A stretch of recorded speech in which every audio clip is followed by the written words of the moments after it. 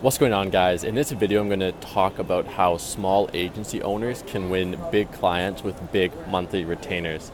I'm recording this video in the beautiful city of Xiamen, China. Probably mispronounced that, but let's get to it here. So I'm in China and I'm in the process of closing a massive deal with a Canadian-based Botox and beauty company. And what really resonates with me here is how until you're in the position where you're closing a client on a monthly retainer of, let's say, $3,000 a month or higher, you think that there's some special secret sauce that companies have, that these big companies have, that end up allowing them to close these deals. And the reality is that's not true. So the number one key thing for closing a big deal is convincing all of the decision makers to like and trust you. And then number two, to give them confidence that you know what you're doing. Now, here's the interesting thing. As a small agency owner, what I lack, what you lack, what anyone who hasn't been in business for 5 or 10 years lacks is a giant portfolio of clients and a ton of case studies. But you know what?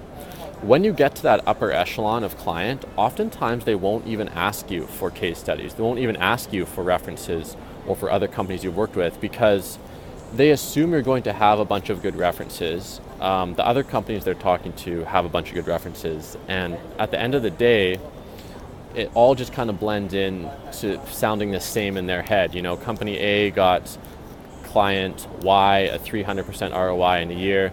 Company B got client X a 250% ROI. They all have the references there.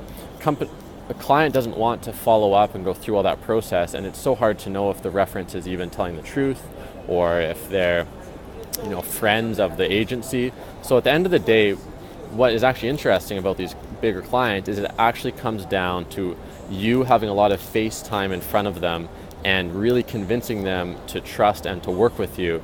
And the way you do that is through thoughtfully and directly answering every question that they give you. And this is really powerful for an agency owner such as myself, and I have a smaller agency compared to large established bricks and mortars digital marketing shops, because I'm great at talking to people and answering their questions in a way that allows them to trust me. And oftentimes that's completely enough to win a contract without having to have this crazy portfolio. I mean, I'm telling you, it sounds crazy, but a lot of big companies won't even ask you for references. They won't even ask you for a portfolio. And the fear of not having a great portfolio holds so many agency owners back from really going out there, going after the big fish and quoting high numbers. So, I hate to say, the quote, fake it till you make it, is so overused, but it's overused for a reason, because that is literally what you have to do. I mean, think about it. Every big agency at one point was a small agency, and at one point their first big client signed on with them despite the fact they didn't have any prior big clients. So every business, every digital agency has to pass that threshold. Like, everyone has to pass that. So if you're afraid to pitch the big company for a big retainer, you'll never get past that threshold, and you'll always be a small, struggling business. Now, obviously, it does get a little bit easier as you have a huge portfolio in your back pocket, but the point of this video is that you don't actually need one, and it makes much, much less of a difference than you think. For example, a friend of mine is an account executive with a technology company that sells software, and they just hired an SEO agency. And he said that the reason they hired this agency was because the agency owner made a good impression with one of the board members. And this agency owner, in fact, I kind of did some more research, and I think they're just getting started. And this was I think the retainer for this was between $4,000 to $5,000 a month. And, obviously I'm a little bit jealous. I didn't have that client myself, but it was very eye-opening to talk to my friend about this. He said, no, the agency owner just made a good impression with one of the board members, and then they signed on.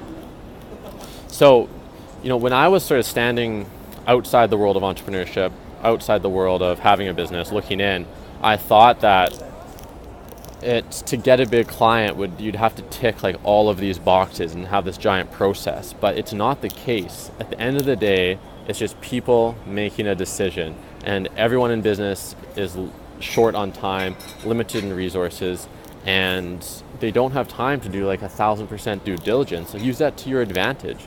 If you take multiple swings at bat with big clients, quoting them big prices, and you approach each one in a genuine way where you try to get to know the client, the decision makers, and answer all their questions, you're going to find some that will trust you, like you, and work with you despite the fact you don't have a big portfolio yet. Then of course, once you do have a couple in your back pocket, then you don't even have to have that worry at all. That's all for today, guys. I actually have a flight to catch back to Canada in a couple hours here. Beautiful downtown Xiamen. Till next time, if you like this kind of content, please like, comment, and subscribe. See you later.